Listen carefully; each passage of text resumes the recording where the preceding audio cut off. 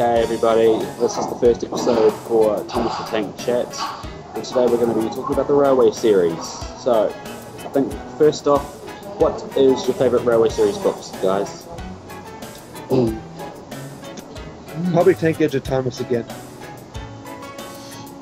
Mountain Engines, probably for me. My favourite one. You go, Hunter, I'll think. Personally, I prefer the 65th anniversary edition of it, because you get to see a whole bunch of behind-the-scenes stuff before the Railway series was made, like the very first model ever made of Thomas. You get to see some shots of Audrey's model railway and the original Percy, Thomas and Toby engines. And plus, it's got some pretty good stories in it. I think I'm going to have to say Percy the small engine. Alright then. So, how do you think Thomas would have been if he hadn't started out as a Railway series book series? How do you think it would have been if he just started with a TV show? Probably not as popular as it is now. That's very true. Well, yeah, like if they didn't base it off the Railway series, then it would have probably had kind of the really 80s cliche of children's cartoons back then, and as anyone would know, I mean, like, kids shows back in the 80s, just, oh god, don't even get me started. Really cheesy. Yeah, Hey, there's nothing wrong with Tugs. That is true. It's made by the same people, though. Yeah, but still. What do you guys think about the illustrations in the book? Ooh, beautiful. Yeah. Probably Dolby's the best. Now, it was told that Audrey did have some trouble with illustrators for the books. I think he went around maybe 3 illustrators, and I quote, they weren't giving proper railway detail. That is true. Yeah, for the first, I think the first 2 artists or so, I think Dolby, he particularly didn't like at one point for, I think the reason cause, he gave the engines too much of a toy train look and feel to them. Yes, they did. When later, when he got the duo artists, Governor and Peter Edwards, they gave it more as if it's more a realistic feel to what the characters look like. That's why in like from like Stepney onwards or so, or even before, whenever the 2 first came in, that's why they looked real, as if it was a proper artist painting you'd see like in a museum or so. He approved more of the realism that the 2 artists gave the engines. Yeah. Now, I agree. Yeah. Now then, I think there's one very important aspect that every Thomas fan or Railway series fan has to know. Does it make sense that Thomas wasn't the first character to be created? Yes. Oh, well, yes and no. Now, I'm pretty sure we all know who the first character was. Edward. Why is he sad, Daddy? Well, he hasn't been out for a very long time, Christopher. That is why he's sad. What's his name, Daddy? His name is Edward. The first name to pop in the Rebel's mind. Oh, there's just too much nostalgia there. It really is. Stuck ever You feel since. it. Now, I think this is a question Sam is really going to like. What are your guys' opinions on the Railway series audio book things? I actually have not heard them yet, because in America, we haven't got them. Well, you can find pretty much nearly all of them on YouTube for people who have the original vinyl records and the audio cassette tapes. Those I have heard. Yeah, they would have uploaded them to their channels, so you can find all the recordings on YouTube, but finding physical copies of them nowadays is proving to be quite a hard challenge, particularly what is considered to be, I guess in a sense, the Holy Grail, Reverend's recordings of Edward Stay Out and Edward and Gordon. Edward Stay Out. And I have seen that a few of the Railway Series audiobooks are available on iTunes. Yes, some of them have been remastered onto some audiobook websites, and I think they're trying to find a way to get them onto iTunes, I believe. Now, personally, what do you guys think is better, the original ones or Michael Angelus's versions of them? Ooh. Well, That one. Because you got to admit, Angelus did a pretty decent job narrating older stories.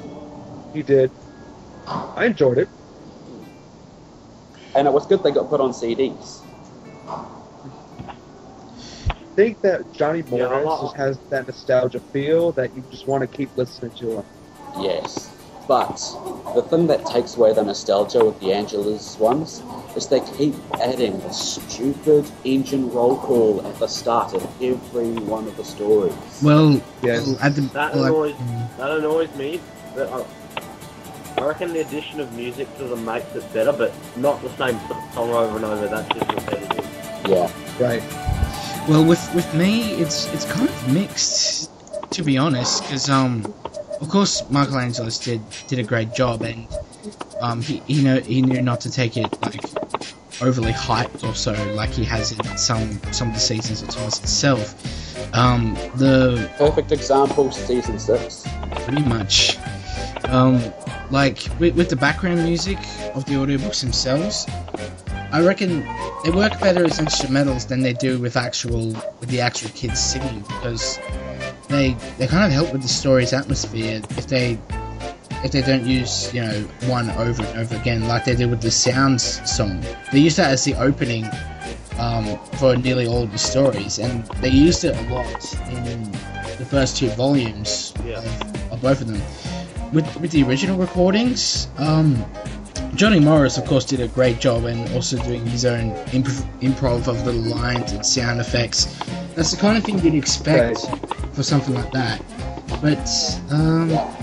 But like, I guess at times he has a silliness to him. With Really Russian, though, I reckon it was an amazing choice doing Really Russian, because from what I discovered, he himself was a railway enthusiast. So getting someone who was a railway enthusiast himself with such a distinct voice was absolutely perfect. Yeah, he seemed very experienced at it. What do you reckon of Ted Roberts, the other narrator?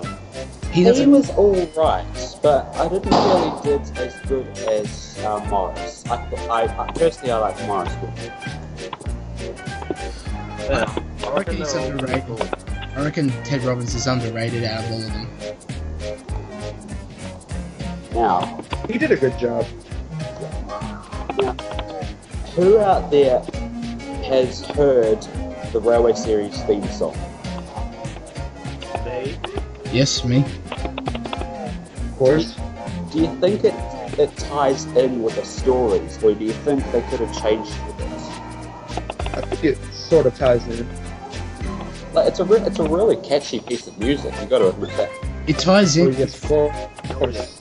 It really ties in with Christopher's stories, because I guess in a sense it's like with the Reverend's original books, when they stopped and then when Christopher took over, you could say as how should I put it? It was like, say, for the first 7 seasons of Thomas, it was still under Britt and David Mitton's new, under their production. And then when season 8 came along, when Hit Entertainment bought it, it was a new age of Thomas. The theme that was used in Christmas stories, that's how I see it. I see it's like, it's the theme to the new age of the Railway series. Now, here's an interesting point that I don't think I've ever gotten a straight answer for. Who do you think did better at writing the Railway Series stories, Audrey or Christopher? Oh. It's like choosing your favorite child. Yeah, pretty much. It's a perfect example. They're both great stories series, and of course, it's not a single story that isn't good. You know, they're all fantastic.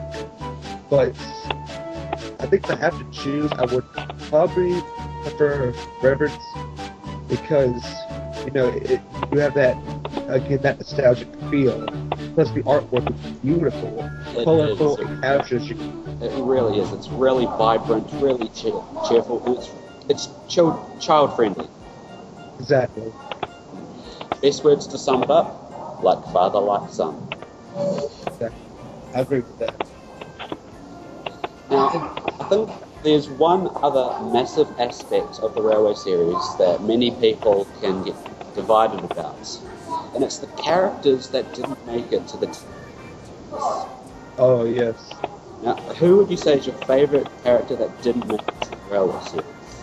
Now that's an interesting question. Probably either Coldy or Neil. Personally, my favourite character that I got out of the Railway series, he was only in one book and in only one page. And it's the ballast layer. Oh, yes. Oh, that guy. Oh yeah. He was a model, too. Then again, Yeah, he only had a wooden railway model, but he just looks so interesting, doesn't he? He really does. I thought he was. I didn't even know when Wooden Railway brought him out. I didn't know he was from the books. I just thought he was a random thing they made up. Yeah, so did I, but then I was watching some Wooden Railway discussion thing on YouTube, and it stated that he came from the story Ballast, so I looked it up on YouTube, and sure enough, first page there he was. Bloody hell, I know. When I saw that page, I'm like, hey, that's my wooden train. And he's one of the only characters, apart from Whip, to ever wear glasses in the Thompson French work. That's right. I don't think that the Mountain Engines would have had great episodes. You know, Coldy, Lord Heron on them would have, you know, fantastic looking, beautiful models. I think the scenery would have been great, and the episodes would have been fantastic. They would have been.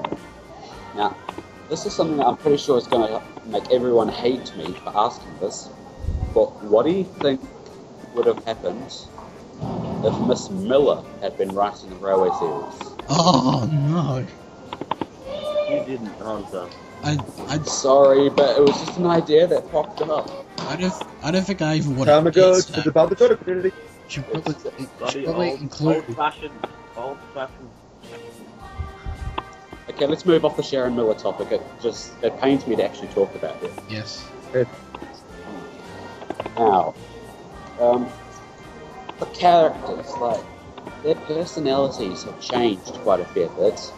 But how do you feel, like, do you reckon Thomas was a bit more of a child in the Railway series or in the TV series? Because I think he sort of had two different personalities between the Railway series and the TV series. I agree with that.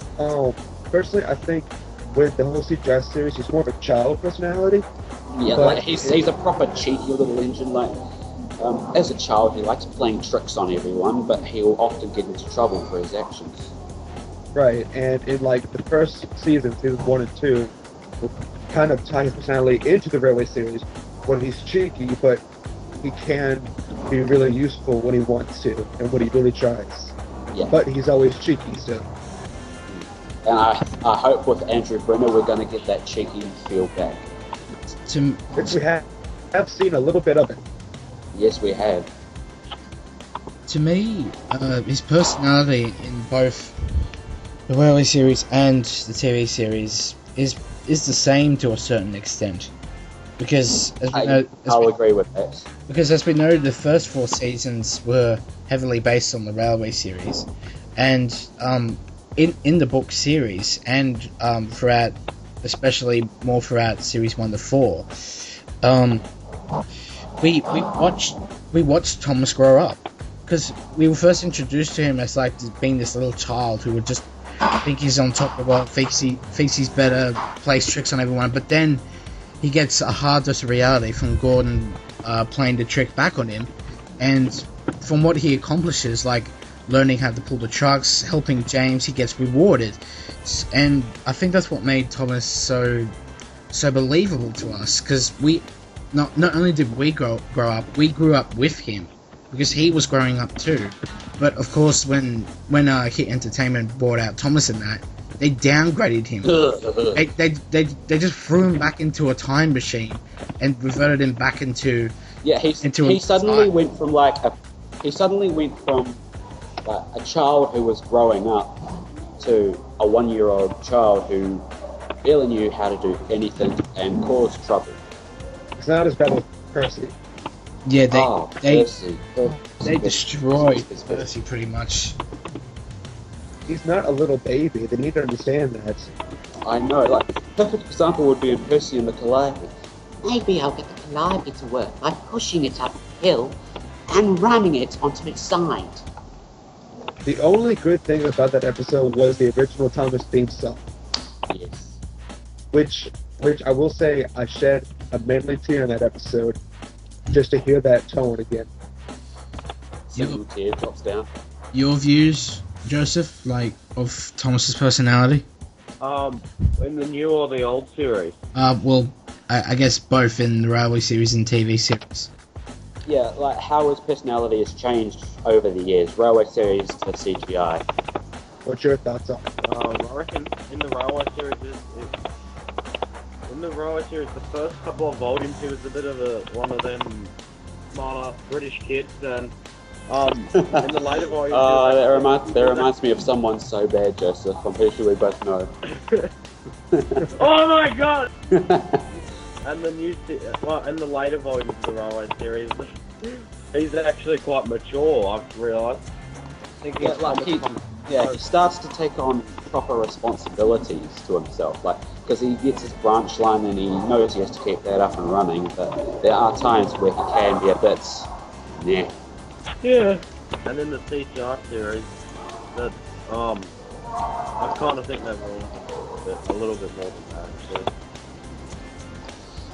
And I'm pretty sure this will be the last thing we'll be able to talk about, but what do you guys think of the last and newest Railway series book, Thomas and His Friends? Beautiful. Haven't read it, need to read it. Perfect title for it.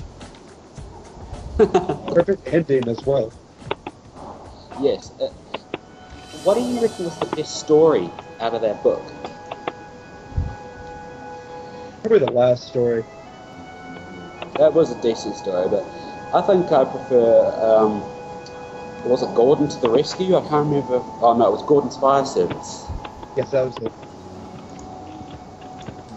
Like, to me that shows like a classic feel to it, like, in the season 5 episode Thomas Percy and Old Slowcoach, they used hoses from their tanks to put out the fire at the beach, and Gordon does a very similar thing with his tender tank water to put out the fire on the back of the truck. So I think we were seeing a bit of nostalgia in that. Mind you, it was written by Christopher, so...